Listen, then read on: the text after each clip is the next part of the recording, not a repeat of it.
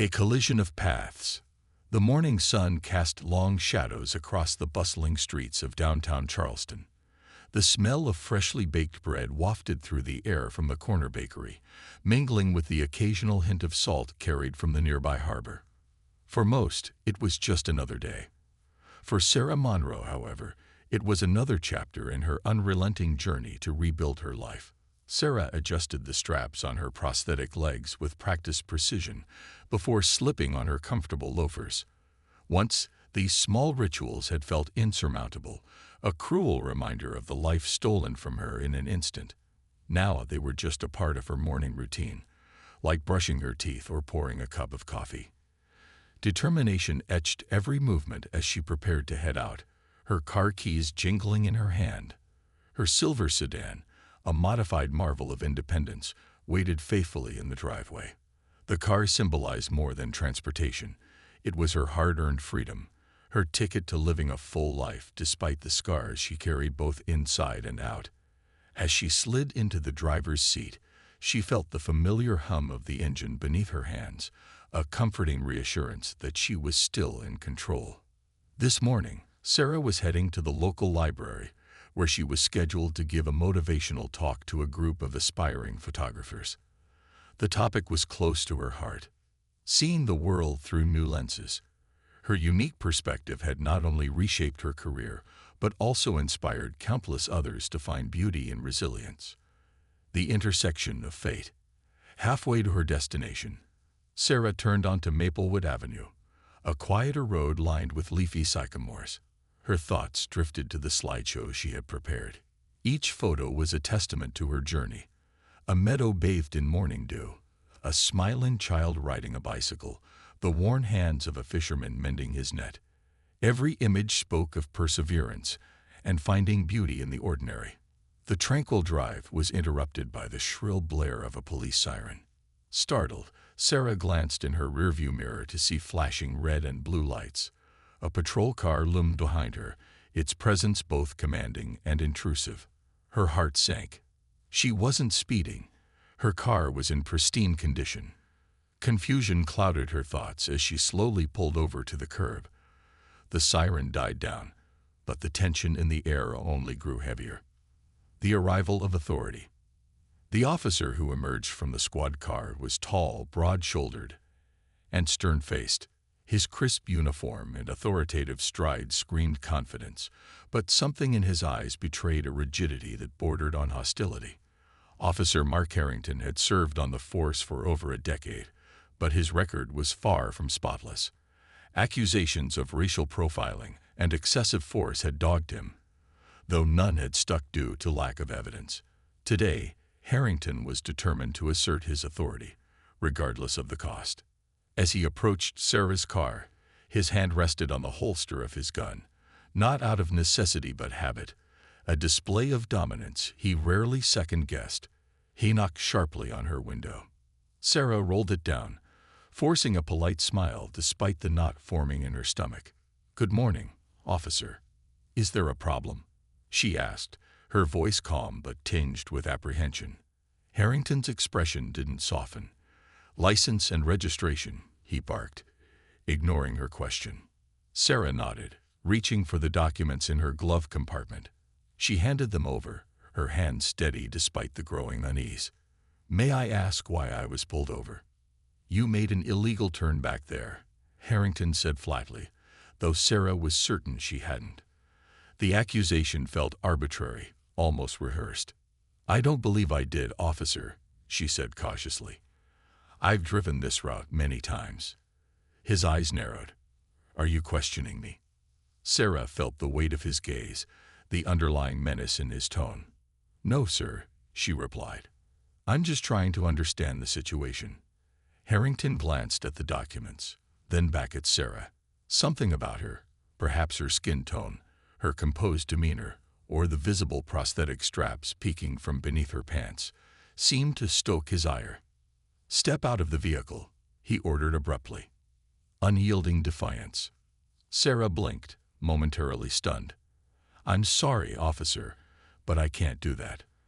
I'm disabled, and exiting the car isn't something I can do easily. If you need anything, I'm happy to cooperate from here. Harrington's lips curled into a smirk, but there was no humor in it. Disabled, huh? Convenient excuse. Let's see how disabled you really are. Step out now. The words hit Sarah like a blow. She inhaled sharply, steeling herself. Officer, I'm not refusing to cooperate. I simply cannot step out without significant assistance. My prosthetics.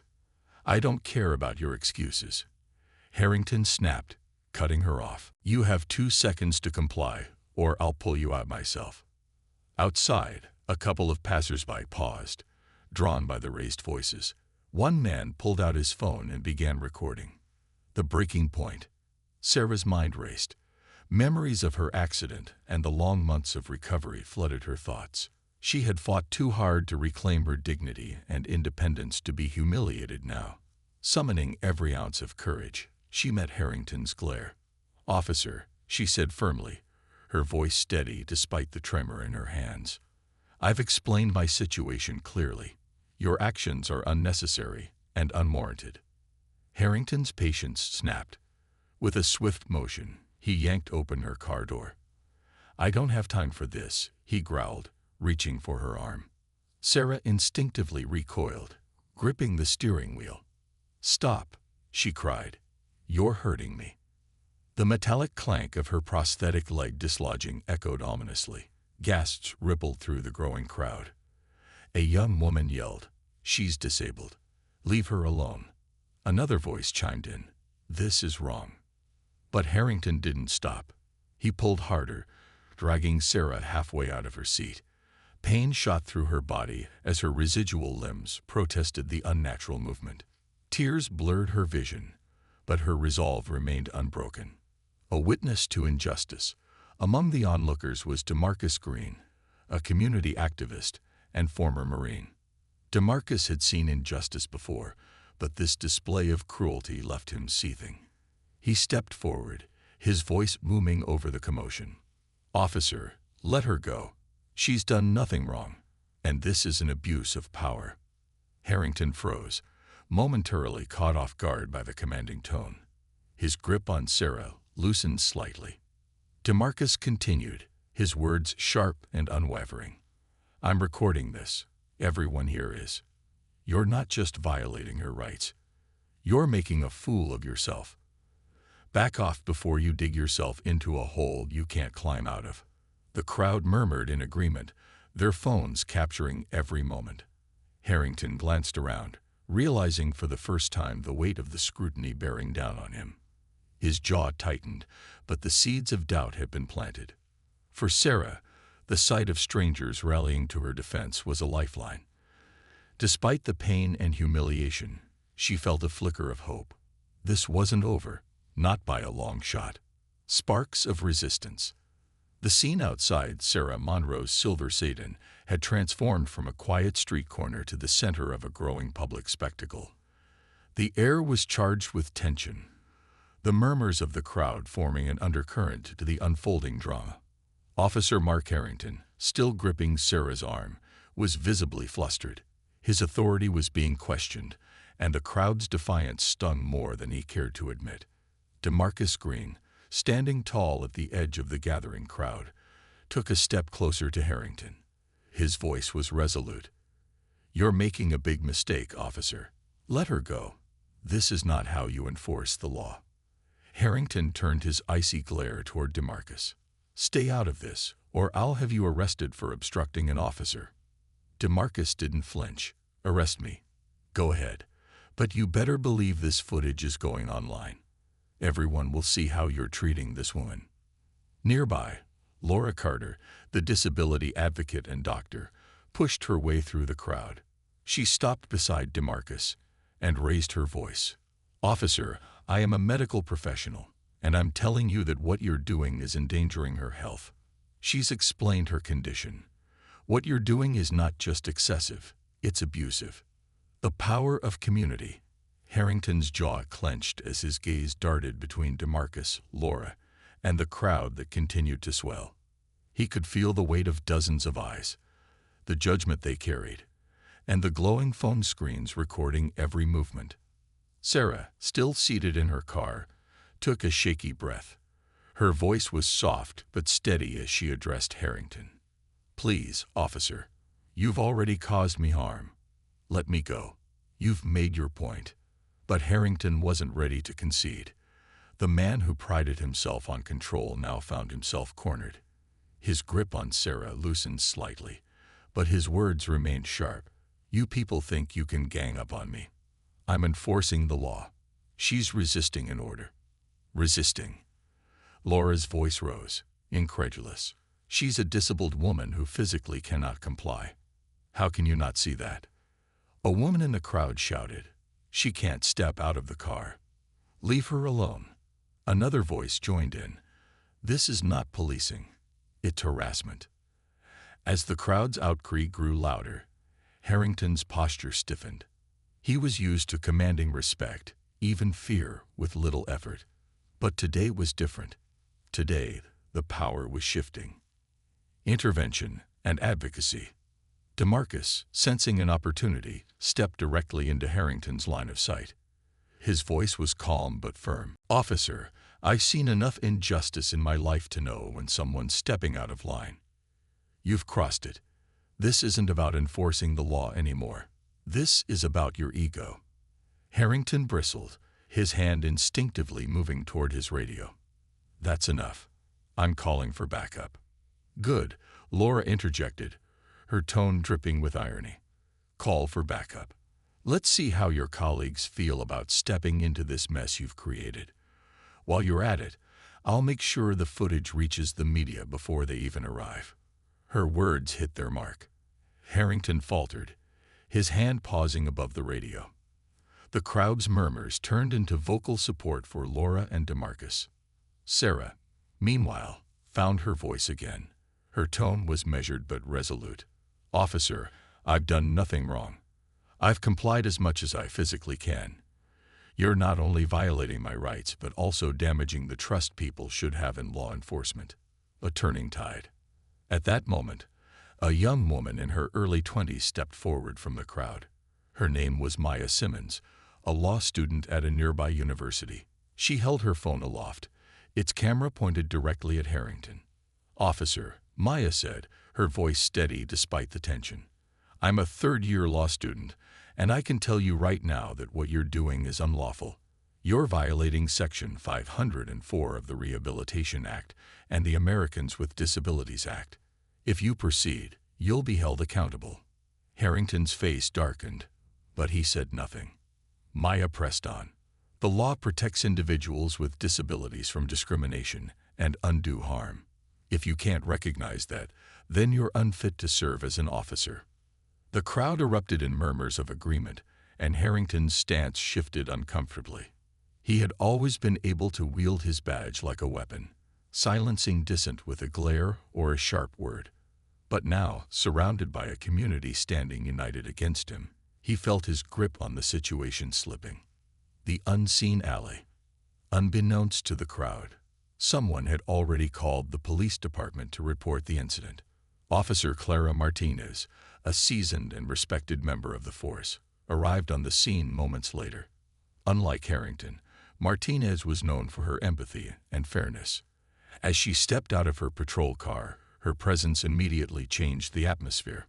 "What's going on here?" Martinez asked, her voice calm but commanding. Harrington turned to her, relief flickering in his eyes. "Back up. Finally, this woman is resisting an order." Martinez raised a hand to cut him off. Her sharp gaze scanned the scene, taking in Sarah's pale face, the detached prosthetic lying on the floor of her car, and the defiant faces in the crowd. She approached Sarah first. "Ma'am, are you all right?" Martinez asked gently. Sarah nodded weakly. "I'm scared, and I'm in pain. But I'm okay." Martinez's eyes softened. She turned to Harrington, her expression hardening. "Officer Harrington, step back. I'll handle this." "But—" "I said step back," Martinez repeated, her tone leaving no room for argument. Harrington reluctantly obeyed, retreating a few steps with a scowl. Martinez crouched beside Sarah's car, her demeanor compassionate. "I understand you've had a rough time. Can you tell me what happened?"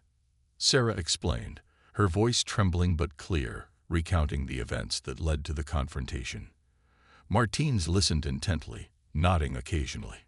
When Sarah finished, Martínez stood and faced Harrington. "Is this true?" she asked, her tone sharp. Harrington hesitated, but the murmurs of the crowd and the dozens of cameras trained on him left no room for denial. "I was doing my job," he muttered. Martínez's gaze was unwavering. "Your job doesn't include violating a citizen's rights or endangering their safety. This situation was mishandled from the start." A moment of justice. Martínez turned to the crowd, raising her voice. "Thank you all for your patience and for standing up for what's right. I assure you, this will be investigated thoroughly." The crowd's cheers were a mix of relief and triumph.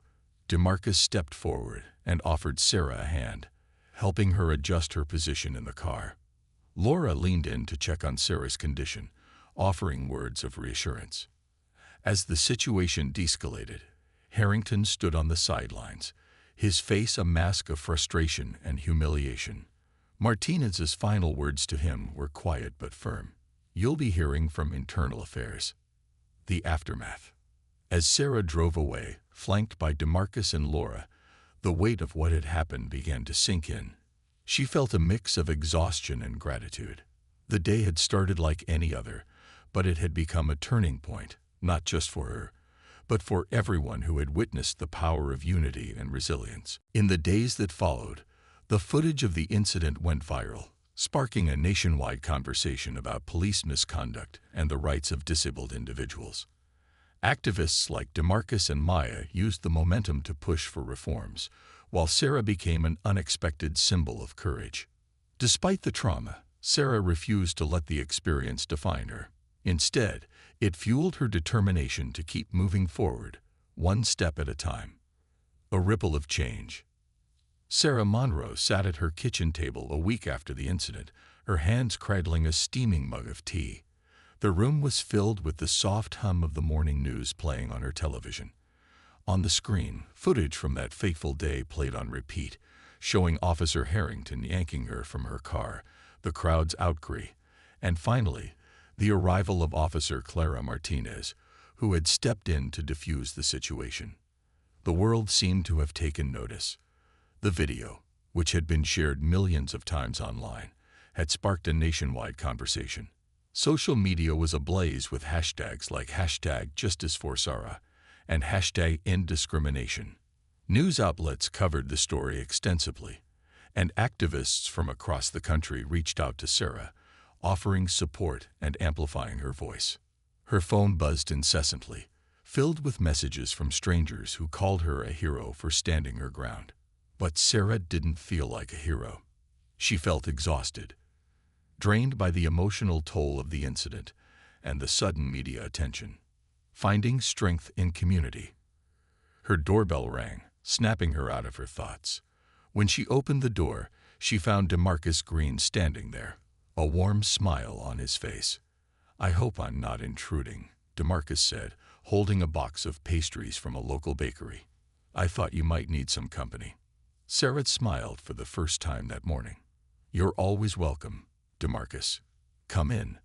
As they sat down in the living room, DeMarcus leaned forward, his tone serious. "Sarah, what happened to you wasn't just an isolated incident. It's part of a larger problem, one that we need to address. People are paying attention now, and I think we can turn this moment into something bigger." Sarah nodded slowly, sipping her tea. "I've been thinking about that too. It's overwhelming, though. I never wanted to be in the spotlight." "You didn't choose this, Sarah," DeMarcus said gently. "But your story has already inspired so many people. You have the power to make a real difference." DeMarcus's words planted a seed in Sarah's mind. As they talked, ideas began to take shape. They discussed organizing a community forum to address issues of police misconduct and discrimination. DeMarcus offered to rally local activists and speakers, while Sarah agreed to share her story. The community forum. 2 weeks later, the forum was held at the Charleston Community Center. The auditorium was packed with people from all walks of life: students, professionals, activists, and families. The stage was adorned with a simple banner that read, "Justice and Equality, a call for change." DeMarcus opened the event with a powerful speech. What happened to Sarah Monroe is not an isolated incident. It's a symptom of systemic issues that affect not only our community but the entire nation. We're here today to say enough is enough. The crowd erupted in applause. Next, Laura Carter took the stage, sharing her perspective as a doctor and advocate for people with disabilities. Discrimination doesn't just hurt individuals, it undermines the fabric of our society. We need to educate ourselves and hold those in power accountable. When it was Sarah's turn to speak, she felt a wave of nervousness. But as she looked out at the sea of supportive faces, she found her courage. Taking a deep breath, she began. "I never thought I'd be standing here, telling my story to all of you," Sarah said, her voice steady. "What happened to me was humiliating and painful, but it also opened my eyes. I realized that my fight isn't just for myself. It's for everyone who's ever been mistreated or overlooked." She paused, the weight of her words sinking in. We need to create a world where dignity and respect aren't privileges, they're rights.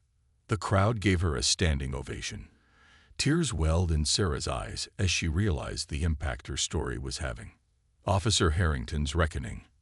Meanwhile, the fallout for Officer Harrington was swift and severe. The Charleston Police Department launched an internal investigation into his conduct, and public pressure mounted for his removal. Protests erupted outside the police precinct, with demonstrators demanding accountability. Harrington, who had once exuded unshakable confidence, now found himself on the defensive. He issued a public statement, attempting to justify his actions, but it only fueled the public's outrage. Officer Clara Martinez, who had stepped in during the incident, became a key witness in the investigation. Her testimony was damning. "I believe Officer Harrington acted inappropriately and with excessive force," she stated. "His actions were not only unprofessional, but also harmful to the reputation of our department."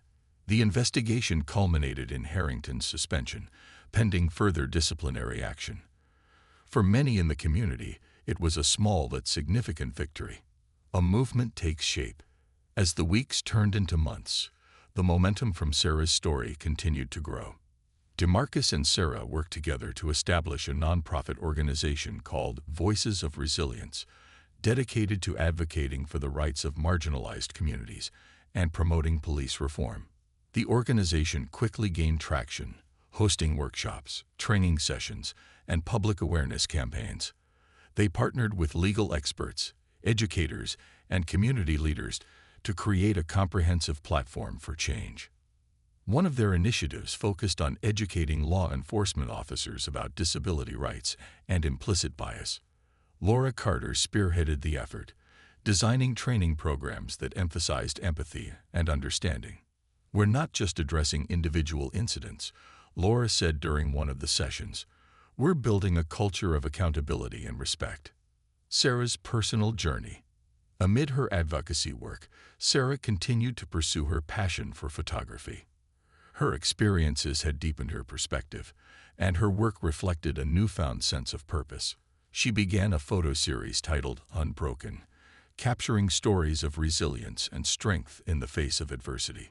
The series was exhibited in galleries across the country, drawing widespread acclaim.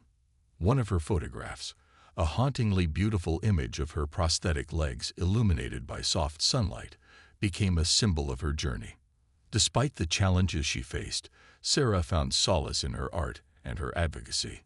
She realized that her life, though forever changed, was still full of possibility.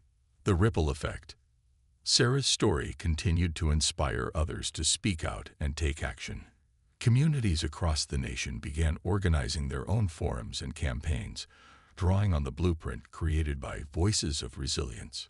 Maya Simmons, the law student who had spoken up during the incident, joined the nonprofit as a legal advisor. Her expertise proved invaluable in drafting policy recommendations and assisting individuals who had experienced discrimination. As the movement grew, Sarah's silver sedan became a symbol of freedom and resilience. She often drove to events and meetings, the hum of the engine a reminder of how far she had come. One evening, as she returned home from a rally, she glanced in the rearview mirror. Her reflection stared back, strong, determined, and unbroken. For the first time in a long time, Sarah felt at peace, challenging the system.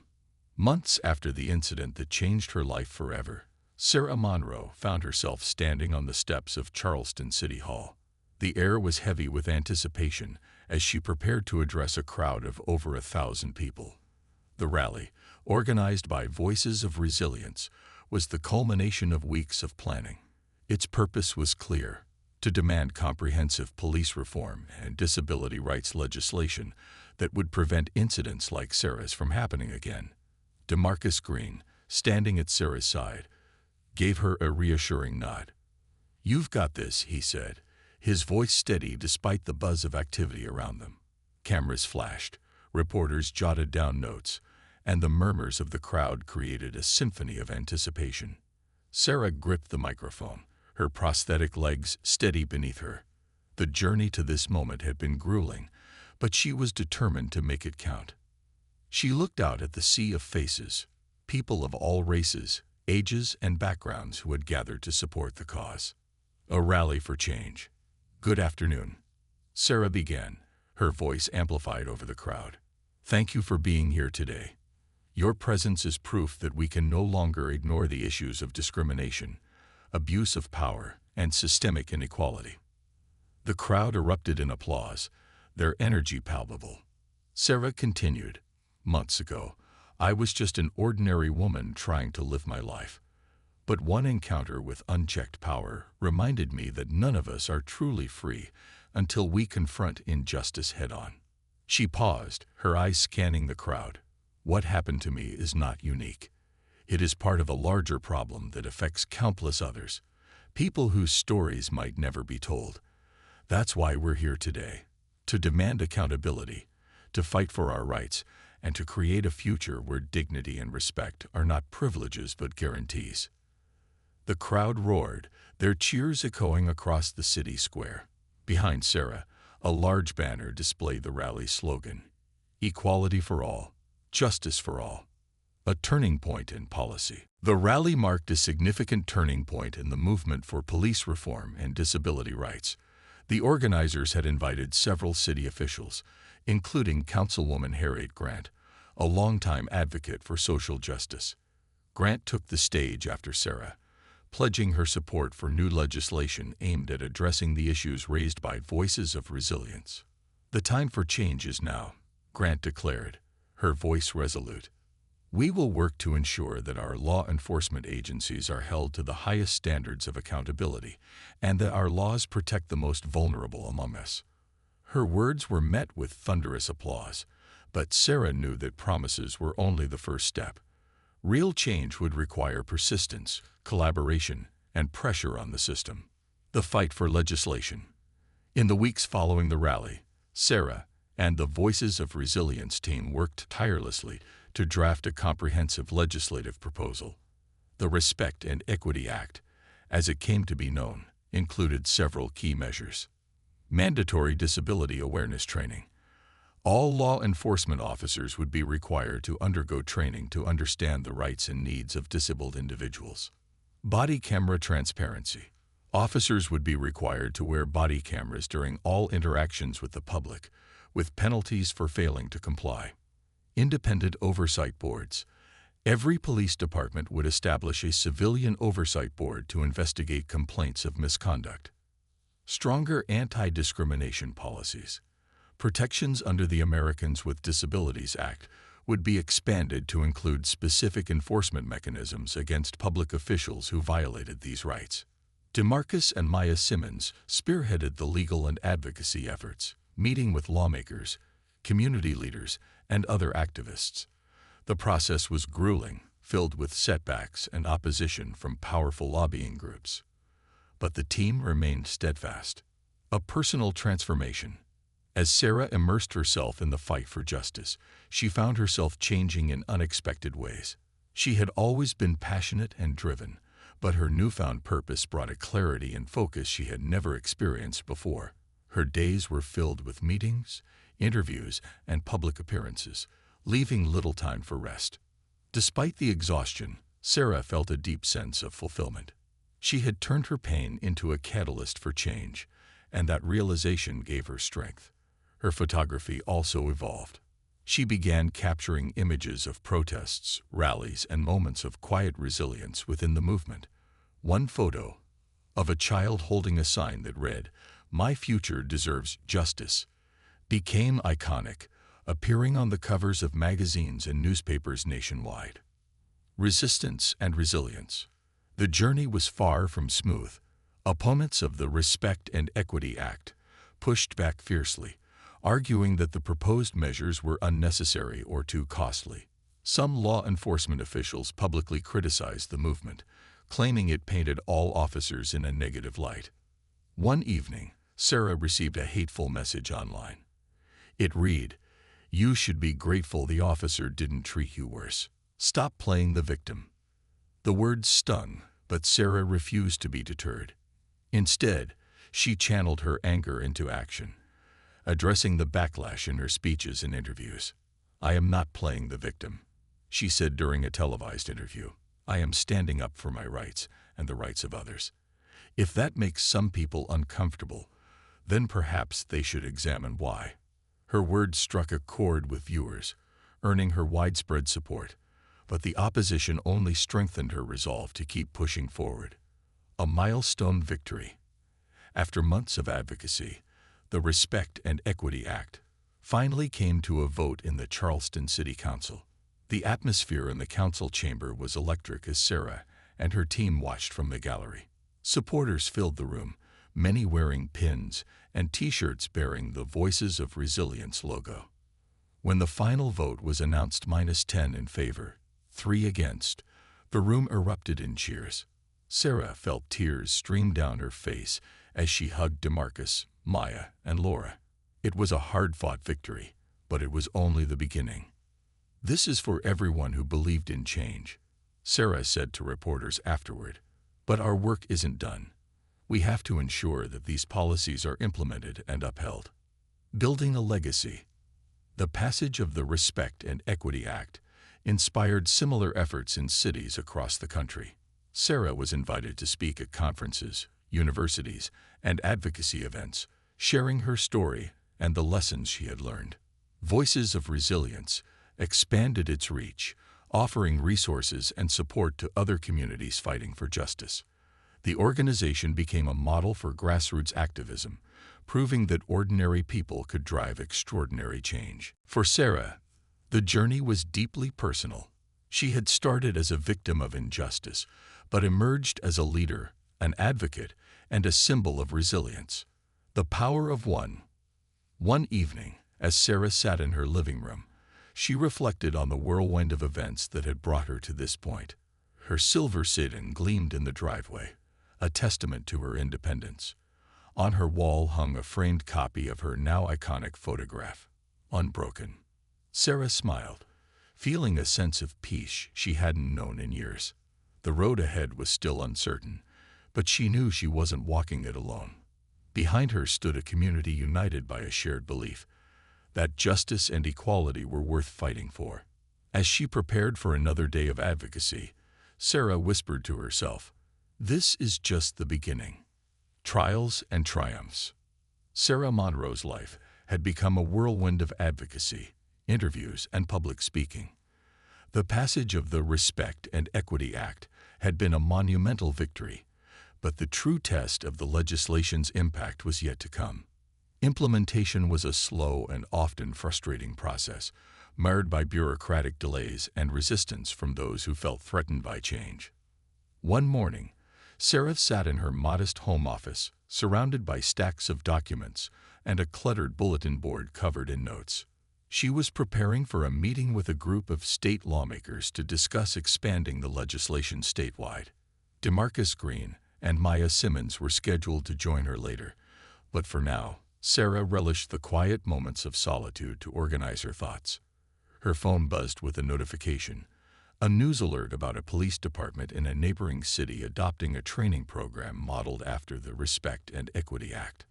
Sarah felt a swell of pride. It was a reminder that, even amidst the challenges, progress was being made. The challenge of enforcement.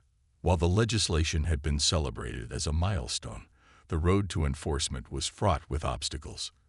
Police departments were required to implement disability awareness training, establish civilian oversight boards, and enforce stricter accountability measures. However, not all departments embraced the changes with enthusiasm. Reports began to surface of officers skipping training sessions or resisting the new protocols. In one particularly troubling case, a department falsified compliance records to avoid scrutiny. The news left Sarah and the Voices of Resilience team outraged but not defeated. "We knew this wouldn't be easy," DeMarcus said during a strategy meeting. "Change doesn't happen overnight. We need to double down on oversight and ensure there are consequences for noncompliance." Maya Simmons suggested creating a public accountability tracker, an online platform where citizens could report violations and track the progress of reform initiatives in their communities. The idea was ambitious, but Sarah immediately saw its potential. "Let's do it," Sarah said, her voice resolute. "If they won't hold themselves accountable, we will." The accountability tracker. Within weeks, the team launched the Justice Watchdog, a sleek and user-friendly website that allowed citizens to report incidents of misconduct, track departmental compliance with the Respect and Equity Act, and access educational resources about their rights. The platform quickly gained traction, drawing attention from media outlets and advocacy groups nationwide. The first major test of the tracker came when a whistleblower from a police department in Greenville reported widespread noncompliance with the legislation.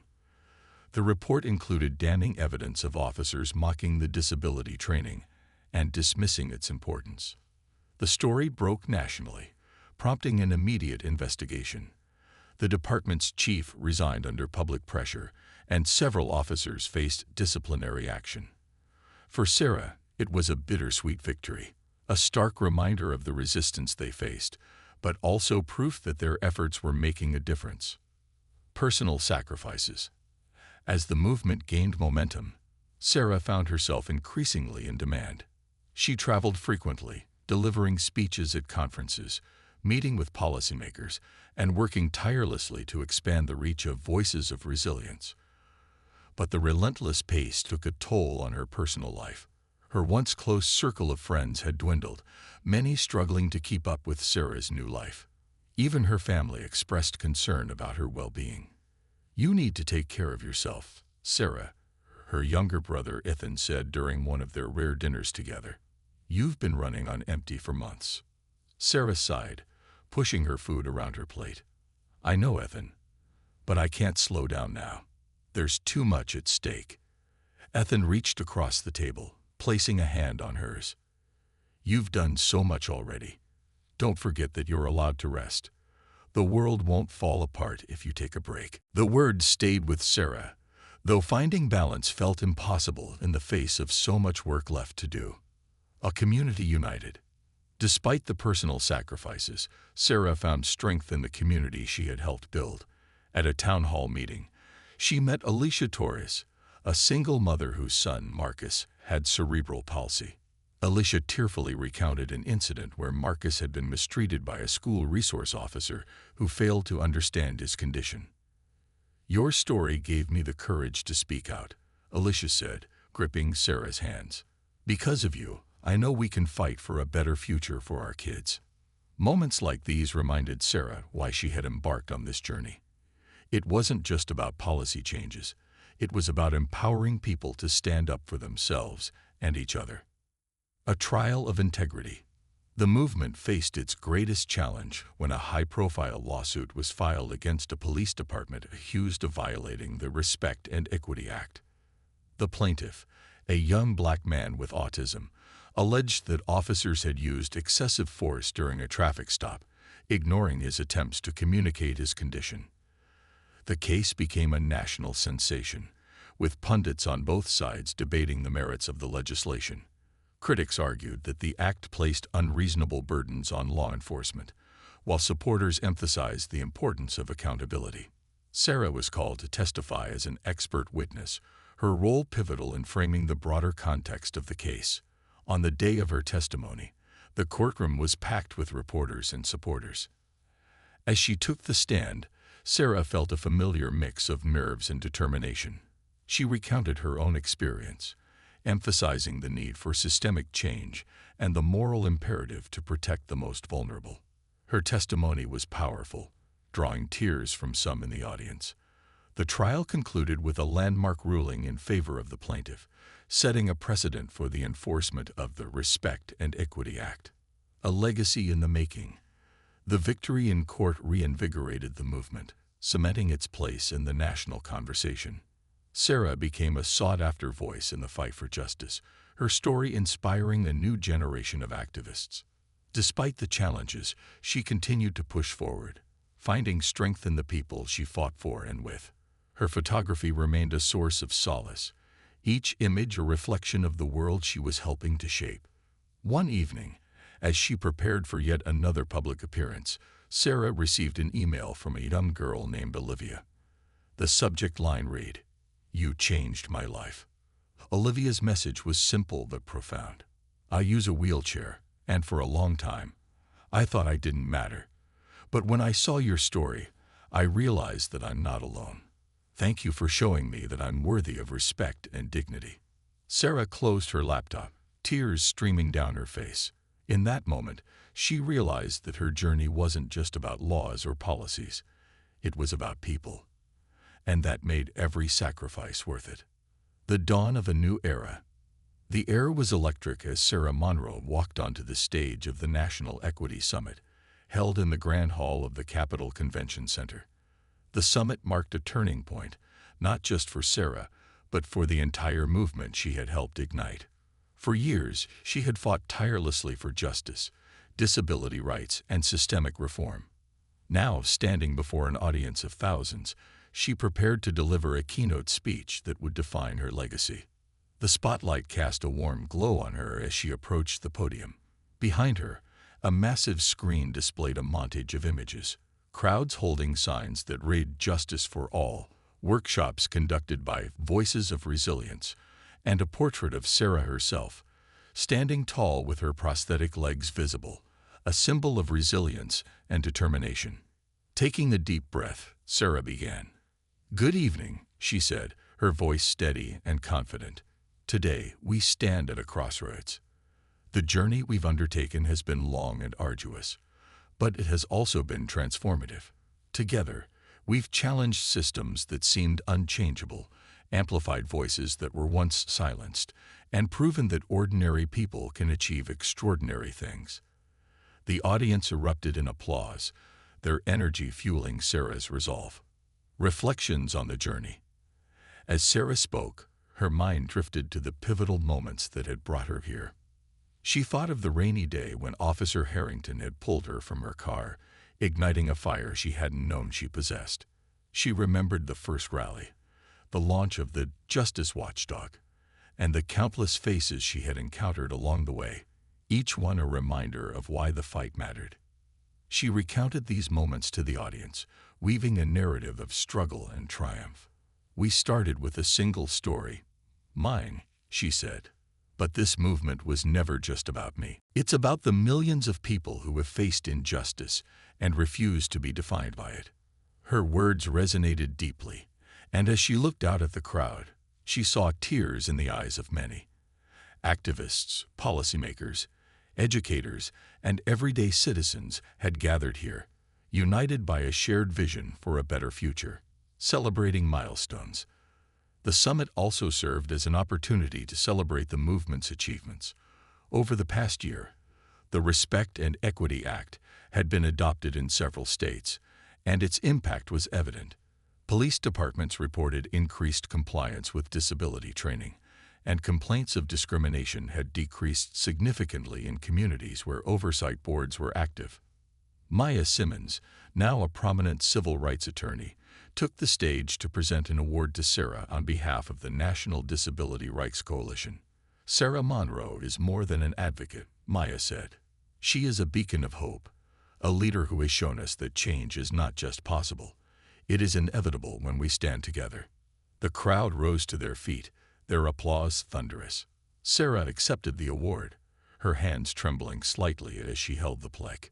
"This belongs to all of us," she said, "because none of this would have been possible without the collective effort of every person in this room and beyond." Challenges persist. Despite the celebration, Sarah knew the work was far from over. The fight for equality and justice was an ongoing battle, one that required vigilance and perseverance. She had recently learned of a troubling incident in a city where the legislation had been enacted but poorly enforced. A young man with Down syndrome had been mistreated during an encounter with police, highlighting the gaps that still needed to be addressed. Sarah met with the boy's family, offering both comfort and support. "This is why we can't stop," she told them. "We've made progress, but there's still so much more to do." The incident reignited Sarah's determination. She and her team began working on amendments to the legislation, strengthening its enforcement mechanisms and ensuring that accountability measures were airtight. Global impact. The movement's influence began to extend beyond the United States. Advocacy groups in Canada, the UK, and Australia reached out to Sarah, inspired by her story and eager to adopt similar reforms in their own countries. She was invited to speak at international conferences where she shared the lessons she had learned. At a summit in London, Sarah stood alongside activists from around the world.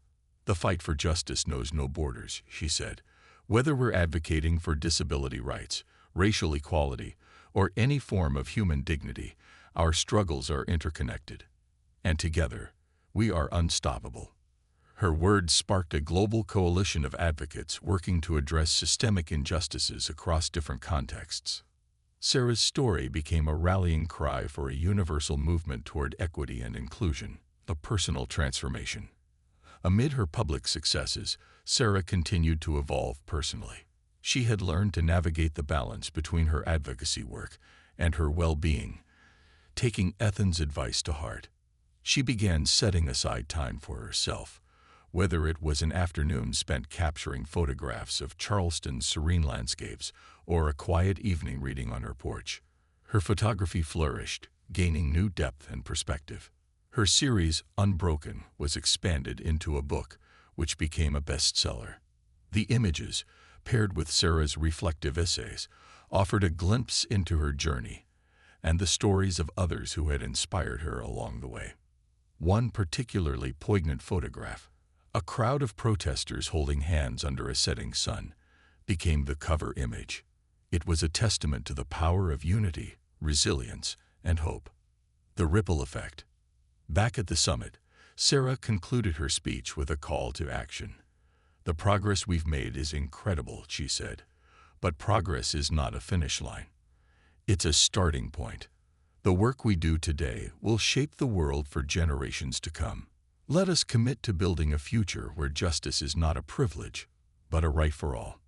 The audience erupted in applause, their cheers a powerful affirmation of her words. Sarah stepped back from the podium, overwhelmed by the moment. She felt a sense of closure, not an end to her journey, but a turning of the page to a new chapter. As she left the stage, people lined up to shake her hand, thank her, and share their own stories of resilience.